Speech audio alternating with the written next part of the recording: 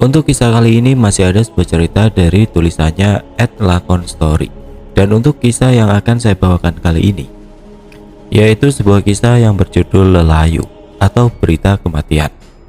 Dan sebelum kita lanjut ke ceritanya, tekan dulu tombol like video ini dan jangan lupa tekan juga tombol subscribe channel ini. Dan nyalakan juga lonceng notifikasinya agar tidak ketinggalan cerita-cerita lainnya dari channel ini. Dan buat teman-teman yang pengen membaca langsung ceritanya, nanti silakan saja kunjungi linknya yang nanti akan saya sertakan di kolom deskripsi. Dan seperti apa untuk kisah kali ini, langsung saja kita masuk ke ceritanya. Bu, aku takut, ucapku sambil memeluk tubuh ibuku yang juga gemetar karena ketakutan. Gak apa-apa nak, kamu ibu jagain, nanti kalau... Dan belum selesai ibuku menenangkanku, tiba-tiba ibu terlihat aneh. Matanya melotot, tangannya meremas bahuku sambil tiba-tiba berteriak histeris. Melihat hal itu tentu saja aku sontak berteriak dan langsung berlari menyelamatkan diri. Sambil terseok-seok, waktu itu aku berlari keluar dari kamar ibu dan langsung masuk ke dalam kamarku. Dari dalam kamarku aku mendengar ibu menggeram, mengaum, sambil terkadang tertawa cekikikan tidak karuan. Tidak berhenti di situ saja. Waktu itu aku juga mendengar suara benturan dan barang-barang yang seperti diobrak-abrik. Karena aku khawatir dengan keselamatanku dan keselamatan ibuku, tanpa pikir panjang aku pun waktu itu langsung keluar melalui jendela kamarku dan berlari untuk mencari bantuan. Di tengah-tengah aku masih berlari, aku sempat menoleh kembali ke arah rumahku. Saat itu aku kembali terkejut. Karena malam itu, aku melihat sosok pocong yang sedang berdiri di ruangan tengah rumahku. Pocong tersebut terlihat menatapku dari dalam rumah sambil melotot seolah penuh dendam. Melihat hal itu tentu saja aku semakin mempercepat lariku menuju rumah tetanggaku agar aku segera mendapatkan bantuan. Sesampainya di depan rumah tetanggaku, aku langsung menggedor pintu rumahnya sambil berteriak minta tolong. Tolong pak, tolong. Karena teriakanku yang sangat kencang, tidak lama kemudian keluarlah Pak Yosep beserta keluarganya yang langsung menenangkanku sambil menanyakan apa yang sedang terjadi kepadaku. Sally, ada apa nak? Bu, ambilkan air putih, tanya Pak Yosep. Waktu itu Pak Yosep langsung memegang tanganku sambil memerintahkan istrinya untuk mengambilkan segelas air putih untukku. Ibu pak, ibu menari-nari sambil berteriak, ucapku sambil menangis. Mendengar hal itu raut wajah Pak Yosep terlihat sangat terkejut dan seolah tidak percaya dengan apa yang aku katakan. Dan tanpa menunggu air putih yang diambilkan istrinya datang kepada aku, Pak Yosep tiba-tiba langsung berlari ke arah rumahku dengan tidak menggunakan alas kaki. Melihat hal itu, Bu Yosep yang datang dari dalam rumah tiba-tiba ikut berteriak sambil membawa air putih di tangannya. Ada apa pak? Teriak Bu Yosep yang saat itu juga terlihat kebingungan. AC bu, AC kembali lagi, anak-anak bawa masuk, teriak Pak Yosep sambil terus berlari ke arah rumahku. Bu Yosep yang saat itu membawa segelas air putih tiba-tiba langsung membuangnya dan langsung menarikku ke dalam rumahnya. Sesampainya di dalam rumah Pak Yosep, entah apa maksud dari semua ini. Yang jelas saat itu, tiba-tiba Bu Yosep langsung menutup semua pintu dan gorden rumahnya sambil tergesa-gesa seolah sedang dikejar seseorang yang sangat berbahaya. Dan tidak berhenti di situ saja. Saat itu aku juga langsung disambut oleh Mbok Marmi yang aku ketahui beliau adalah orang tua dari Pak Yosep. Bapakmu kemana Sel? Tanya Bu Yosep yang saat itu terlihat gugup sambil terus menutup semua gorden rumahnya. Ayah mengunjungi Pak Markun bu, katanya Pak Markun lagi sakit parah, ucapku polos. Mendengar hal itu Mbok Marmi yang sebelumnya duduk di sampingku waktu itu tiba-tiba menghampiri Bu Yosep dengan langkah sedikit gemeteran karena usianya yang memang sudah sangat tua. Besok tidak usah masuk kerja ya nak, ucap Mbok Marmi kepada Bu Yosep. Waktu itu perasaanku sangat tidak karuan. Selain masih mengkhawatirkan keadaan ibuku, aku juga merasa aneh dengan tingkah Bu Yosep dan Mbok Marmi yang seolah tahu tentang semua yang sedang terjadi di malam itu. Namun karena keadaanku saat itu yang juga masih gemetar ketakutan, akhirnya aku memilih diam dengan tidak bertanya apapun, sambil terus memikirkan keadaan ibuku. Dan tidak lama kemudian, kami semua dikagetkan dengan kedatangan Pak Yosef yang tiba-tiba masuk ke dalam rumah ini dengan nafas yang terengah-engah. Keringatnya bercucuran dan bajunya nampak kotor, seperti habis bertengkar dengan seseorang. "Bagaimana Pak, Mbak Yuni?" tanya Bu Yosef tanpa basa-basi. "Iya, Asi kembali lagi. Sepertinya besok ada orang yang meninggal dunia. Kemana Pak Mudin sekarang?" ucap Pak Yosef. Mudin adalah sebutan bagi orang yang bertugas mengurus jenazah jika ada seseorang yang meninggal dunia. Biasanya Mudin ditentukan oleh pihak desa dan masuk dalam susunan kepengurusan desa. Dan tidak jarang pula yang berperan sebagai Mudin adalah tokoh agama atau seseorang yang memiliki pengetahuan lebih tentang agama. Sebutan Mudin biasanya digunakan di berbagai daerah di Pulau Jawa. Tidak hanya sebagai pengurus jenazah, Mudin biasanya juga bertugas mengurusi proses pernikahan seseorang. "Kata Sally, Pak Mudin pergi ke rumah Pak Markun," ucap Bu Yosef. "Sudah, besok libur kerja dulu. Sepertinya ada sesuatu yang akan terjadi," imbu Pak Yosef. "Ibu gimana Om?" tanyaku memotong percakapan Pak Yosef. "Ibumu habis ini kesini Sel. Malam ini kamu tidur di sini saja. Nanti ibumu juga pasti tidur di sini kok," ucap Pak Yosef sambil berjalan ke arah kalender yang menempel di dinding rumahnya. Dan tidak lama setelah itu tiba-tiba ibuku datang dengan membuka pintu rumah Pak Yosef tanpa mengetuknya terlebih dahulu. Sama halnya seperti Pak Yosef, ibuku datang sambil bercucuran keringat dengan baju yang penuh dengan kotoran tanah dan tumpahan air. Waktu itu ibuku langsung menghampiriku dan memelukku sambil meneteskan air mata. "Ibu sehat, Bu?" "Iya, Nduk. Kamu memang anak yang pintar," ucap ibuku sambil mencium dahiku dengan lembut. Saat itu Pak Yosef yang sebelumnya terlihat membolak-balikan kalender tiba-tiba menghampiri kami dengan raut wajah yang terlihat kebingungan. "Padahal sekarang bukan malam Jumat Legi loh Yun. Kok bisa ya?" ucap Pak Yosef.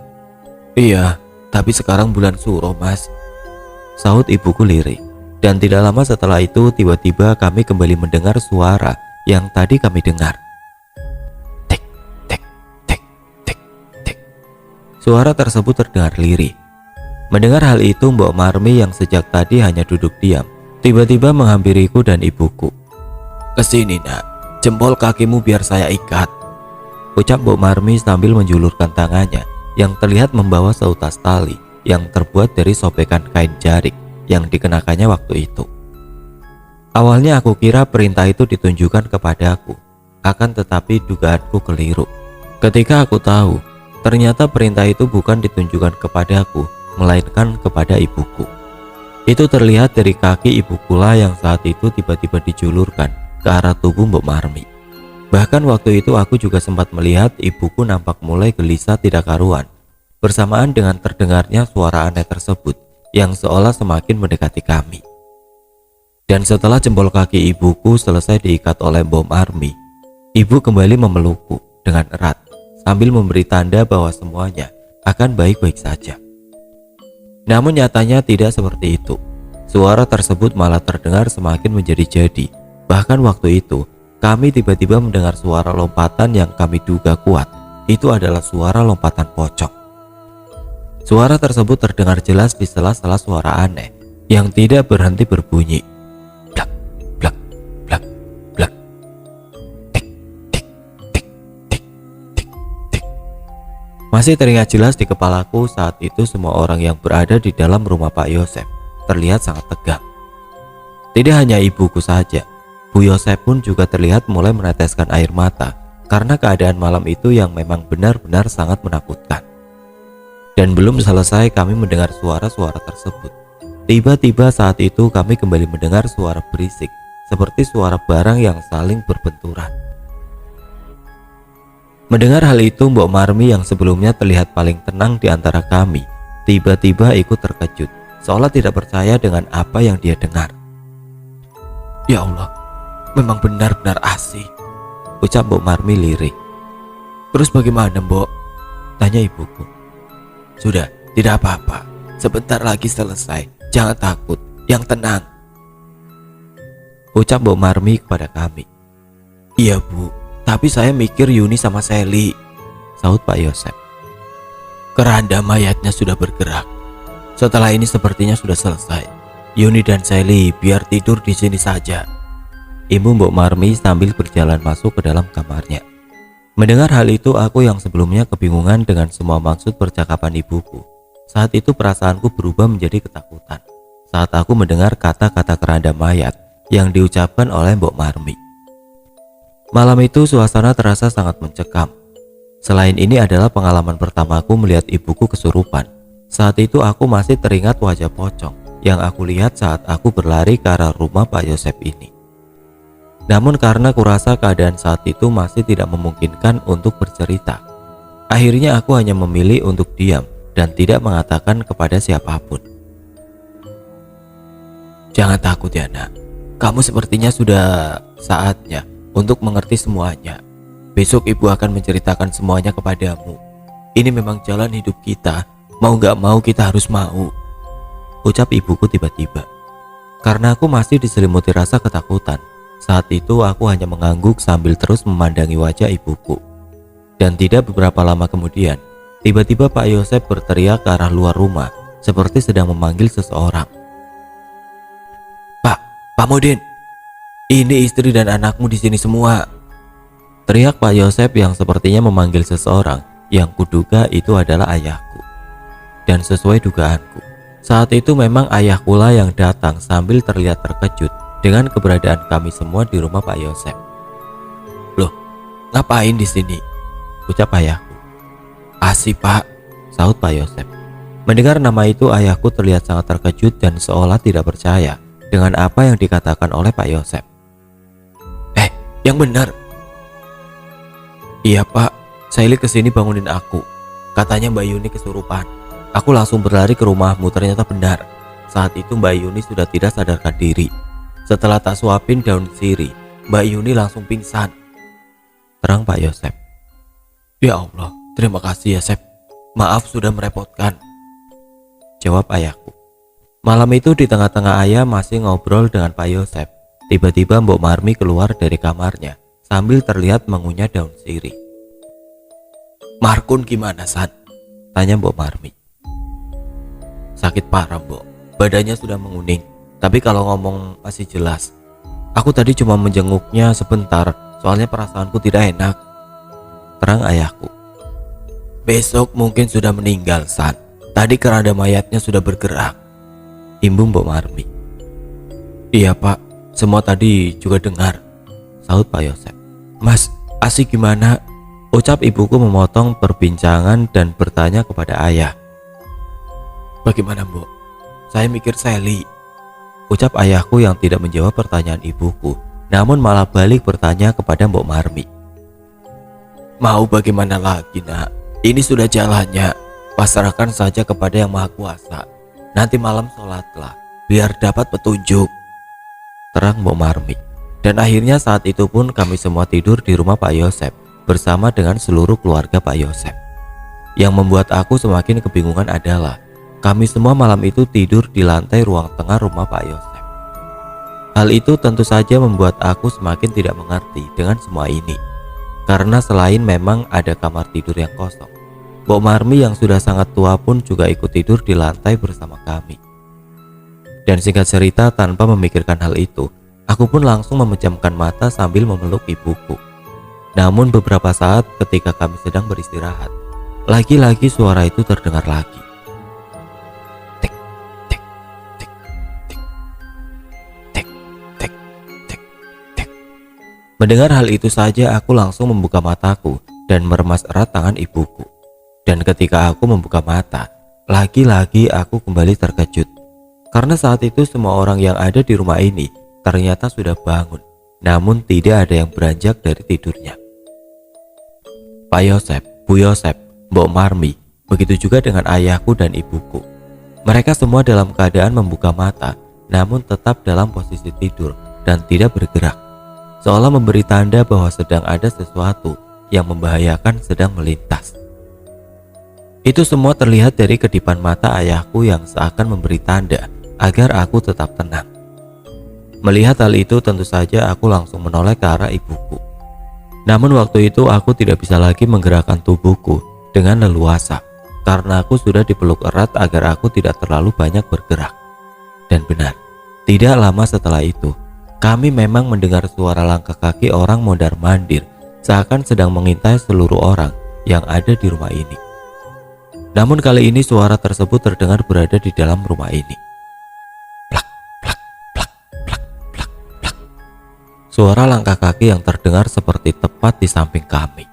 Mendengar hal itu tentu saja kami semua langsung gemetar ketakutan hingga tanpa terasa keringat keluar bercucuran. Namun karena kami semua bersikap tenang dengan tidak berhenti memanjatkan doa, akhirnya suara tersebut menghilang dengan sendirinya. Dan tidak berhenti di situ saja. Sekitar pukul 2:30 pagi, aku kembali dikejutkan dengan penampakan sosok laki-laki tua yang terlihat duduk di sofa ruang tamu Pak Yosep. Meskipun aku tidak bisa melihatnya dengan jelas karena semua lampu rumah Pak Yosep yang waktu itu sudah dipadamkan, namun aku sangat yakin sosok tersebut adalah sosok kakek-kakek. Itu terlihat dari posisi duduknya yang sedikit membungkuk, ditambah dengan rambutnya yang sudah terlihat botak. Awalnya aku mengira itu adalah Pak Yosep, tapi ternyata dugaanku salah ketika aku tahu Pak Yosep ternyata masih berada di posisinya, yaitu tidur di samping Bu Yosep, tepat di sebelah ayahku. Masih teringat jelas di kepalaku saat itu aku sekuat tenaga menahan tangis yang seakan sudah tidak bisa kutahan lagi. Sepanjang malam itu kami diteror habis-habisan oleh makhluk halus yang entah kenapa rasanya makhluk halus tersebut tidak sekedar menghantui, tapi lebih ke arah mengincar kami. Namun anehnya semua orang di rumah Pak Yosep saat itu seolah memang sudah mengetahui jika itu akan terjadi. Hal itulah yang akhirnya membuat kami tetap tenang hingga teror itu pun bisa dilalui dengan aman. Dan singkat cerita, setelah melalui malam yang terasa sangat panjang, akhirnya pagi pun tiba.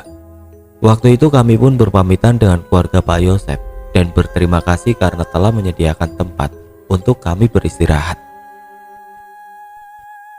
"Tidur sini dulu aja, Pak," ucap Pak Yosep. "Terima kasih, Sep. Insya Allah kalau perhitunganku benar, nanti malam sudah tidak ada lagi. Aku jadi khawatir. Sekarang dia berani masuk ke dalam rumah," jawab ayahku. "Sudah cepat pulang, gak usah diomongin, nanti dengar," sahut Mbok Marmi tiba-tiba. Akhirnya pagi itu kami pun langsung bergegas kembali ke rumah dengan berjalan kaki.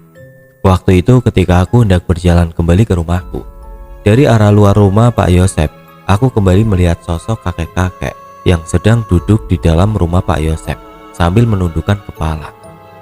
Sosok tersebut duduk di tempat yang sama seperti yang aku lihat semalam.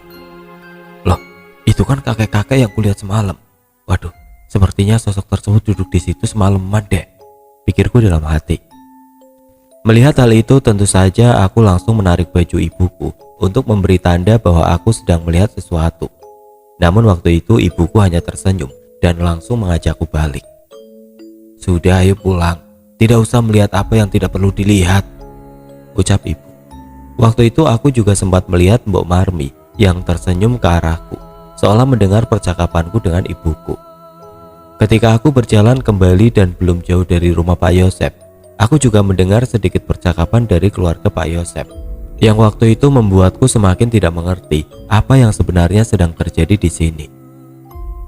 "Saili sudah bisa melihat. Mudah-mudahan cepat selesai ya, Mas. Kasihan hidupnya, jadi menderita," ucap Bu Yosep kepada Pak Yosep. "Ya iyalah, Dek. Saili sudah berumur 25 tahun. Sudah saatnya menikah. Ya, sudah tercium baunya," ucap Pak Yosep. Mendengar hal itu tentu saja aku hanya diam dengan tidak berhenti melangkahkan kakiku menuju rumahku. Sesampainya di rumah, kami langsung membersihkan barang-barang yang saat itu memang sangat berantakan. Di samping itu kami juga bersyukur karena keluarga kami masih diberi keselamatan. "Alhamdulillah, Dek. Kamu kemarin cepat dapat pertolongan. Andai saja tidak ada yang segera menolong, aku gak bisa membayangkan apa yang akan terjadi kepadamu," ucap ayahku tiba-tiba. Iya mas, akhir-akhir ini kok jadi parah gini ya mas? Iya Dik, kita lihat saja selanjutnya bagaimana. Kalau semakin parah, kita harus segera melakukan sesuatu. Sally sepertinya sudah waktunya tahu mas. Kalau tidak segera diberitahu bisa bahaya. Imbu ibuku. Iya aku jadi kepikiran, jawab ayah singkat. Mendengar hal itu tentu saja aku semakin yakin jika sebenarnya orang tuaku menyembunyikan sesuatu tentang hal itu kepadaku. Namun karena aku berpikir mungkin mereka punya alasan lain untuk tidak menceritakannya kepadaku, akhirnya pagi itu aku pun hanya diam sambil terus menata perabotan agar kembali rapi. Dan belum selesai kami membersihkan rumah, tiba-tiba kami semua dikejutkan dengan suara pengumuman dari masjid tentang berita lelayu dari Pak Markun. Suara pengumuman tersebut terdengar jelas dari speaker masjid yang letaknya agak jauh dari rumah kami. Mengetahui hal itu, orang tuaku nampak biasa-biasa saja sambil terus melakukan aktivitasnya. Innalillahi wa inna ilaihi raji'un. Pak Markun meninggal ya? Ya, habis ini kita samperin, jawab ayah santai. Mendengar jawaban ayahku yang seolah sudah tidak kaget dengan kematian Pak Markun, aku sangat terkejut dan semakin tidak mengerti dengan semua ini. Pagi itu mereka seolah sudah mengetahui bahwa Pak Markun akan meninggal hari ini. Dan setelah aku mengingat-ingat kembali kejadian kemarin malam, aku teringat ucapan Mbok Marmi tentang suara keranda mayat yang memang sempat terdengar ketika kami berada di rumah Pak Yosep. Ternyata suara keranda mayat yang aku dengar semalam adalah pertanda jika Pak Markun akan meninggal, pikirku dalam hati. Di sela-sela aku masih memikirkan hal itu, tiba-tiba ibu menepuk pundakku sambil memerintahkanku untuk tetap berada di rumah. Nanti ibu ngelayat, kamu di rumah saja, bersihin rumahnya, gak usah main dulu, ada yang mau ibu bicarakan, terang ibu. Dan seperti biasanya, karena profesi ayah sebagai modin, setiap mendengar berita lelayu yang diumumkan, ayah langsung mempersiapkan diri untuk segera berangkat menuju rumah orang yang tertimpa musibah tersebut. Tidak lama setelah itu pun kami juga kedatangan tamu para pemuda desa yang saat itu bermaksud untuk memberi kabar kepada ayahku. Pak, assalamualaikum Pak Modin, ucap para pemuda tersebut. Bapak masih mandi mas, kalian duluan saja, bapak sudah tahu, sebentar lagi biar berangkat sendiri saja tidak apa-apa, kalian ambil dulu keranda mayatnya, jawab ibu.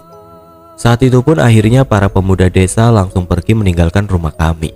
Dan sesuai arahan ibuku, waktu itu aku tetap berada di rumah sambil terus membersihkan bagian-bagian rumah yang belum dibersihkan sambil melihat ayahku yang terlihat mulai melakukan persiapan. Dan setelah selesai melakukan persiapan, akhirnya ayahku pun berangkat menuju rumah almarhum. Berangkat ya nak, jagain rumahnya, ucap ayah. Iya, jawabku sopan. Dan beberapa lama kemudian ibuku pun juga ikut berangkat dengan membawa sedikit beras yang ditentengnya. Waktu itu setelah ayah dan ibuku pergi, aku langsung kembali membersihkan rumah yang memang masih sangat berantakan. Pada kesempatan itu tentu saja aku juga membersihkan bagian kamar tidur orang tuaku yang menjadi tempat pertama kali aku melihat ibuku kesurupan. Ketika aku sedang membersihkan bagian kamar orang tuaku, waktu itu tiba-tiba aku merasakan ada hal aneh yang seakan menyambutku.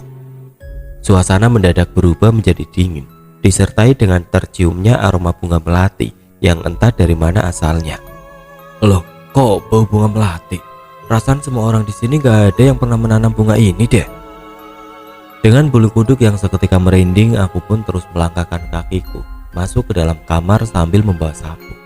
Dan tanpa lama-lama lagi, akhirnya aku pun mulai menata selimut, bantal, kursi, meja yang saat itu berantakan tidak karuan. Waktu itu ketika aku sedang asik menata kembali barang-barang yang ada di kamar orang tuaku, tiba-tiba pandanganku teralihkan dengan kotak kecil yang berada di bawah ranjang. Kotak tersebut terlihat sangat aneh.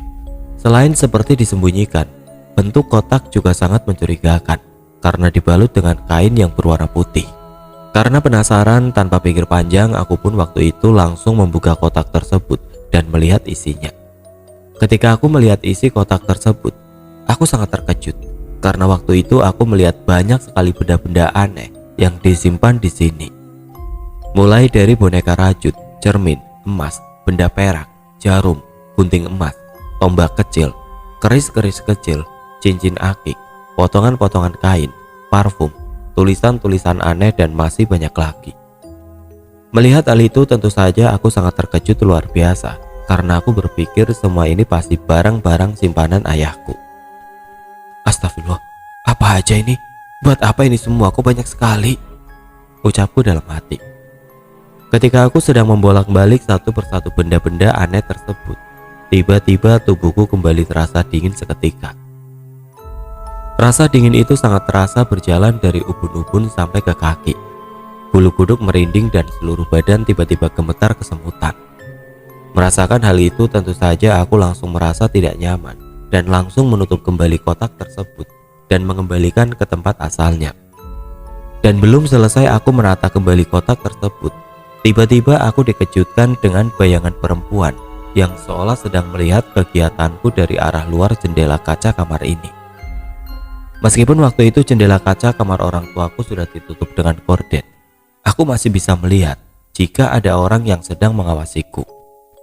Itu terlihat dari bayangan hitam yang menutupi cahaya matahari masuk ke dalam kamar. Bahkan bayangan hitam tersebut terlihat jelas menyerupai perempuan dengan rambut yang lumayan panjang. Melihat hal itu tentu saja aku langsung berteriak untuk memastikan apakah memang benar ada orang yang sedang mengawasiku. Siapa itu? Teriakku sambil bergegas menuju jendela kaca kamar orang tuaku. Saat aku masih berjalan mendekati jendela tersebut, waktu itu tiba-tiba aku mendengar suara perempuan dewasa yang tertawa lalu pergi. Suara itu terdengar bersamaan dengan bayangan tersebut yang terlihat bergerak pergi. Mendengar hal itu tentu saja aku langsung mempercepat langkahku karena aku khawatir ada orang yang ingin berbuat jahat kepadaku. Siapa itu? Tunggu! Teriakku kembali sambil membuka jendela dan melihat ke arah luar samping rumahku. Saat aku melihat ke arah luar, anehnya aku sama sekali tidak melihat siapapun yang ada di luar rumah. Sebenarnya itu adalah hal yang wajar karena memang di samping rumahku ini tidak ada jalan sama sekali. Yang ada hanya pagar tanaman yang sengaja dipasang oleh pemilik kebun sebelah rumahku. Jadi sepertinya tidak mungkin jika ada orang di sini. Itu tadi siapa ya? Sepertinya tidak mungkin dia ada orang lewat sini. Kan di sini tidak ada jalannya. Tapi orang itu tadi kemana ya? Kok nggak ada? Pikirku dalam hati. Ketika aku masih memikirkan suara tawa dan bayangan tersebut, lagi-lagi aku melihat hal yang sangat aneh yang ada di samping rumahku. Waktu itu aku melihat seluruh tembok rumahku banyak sekali bekas lemparan telur busuk. Itu terlihat dari banyaknya sisa-sisa cangkang telur yang berserakan di samping rumah dan tembok yang dipenuhi dengan kuning telur yang menempel tidak karuan. Karena aku mulai merasa ketakutan, akhirnya aku pun langsung menutup rapat jendela kamar orang tuaku dan kembali melanjutkan aktivitasku yang memang sempat terhenti. Dan kembali lagi, tidak lama setelah itu saat aku sedang membersihkan kamar orang tuaku, tiba-tiba aku mendengar suara orang mengetuk pintu rumahku dengan sangat keras. Dok, dok, dok, dok, dok. Mendengar hal itu tentu saja aku langsung berjalan ke ruang tamu dengan tangan yang masih memegang sapu. Iya sebentar, teriakku dari dalam. Waktu itu dari dalam rumah, aku melihat seperti ada orang yang sedang berdiri di balik pintu rumahku. Dan sebelum aku membukakan pintu, seperti biasanya, aku mengintip dari balik korden terlebih dahulu untuk memastikan siapa tamu tersebut. Ketika aku membuka sedikit kordenku, waktu itu aku melihat seorang laki-laki dewasa yang sedang berdiri sedikit jauh dari pintu rumahku. Laki-laki tersebut tidak memakai baju dan hanya mengenakan celana kain berwarna hitam. Bahkan aku masih ingat dengan jelas, kulit laki-laki tersebut berwarna putih pucat dengan penuh luka lebam yang membiru di seluruh tubuhnya.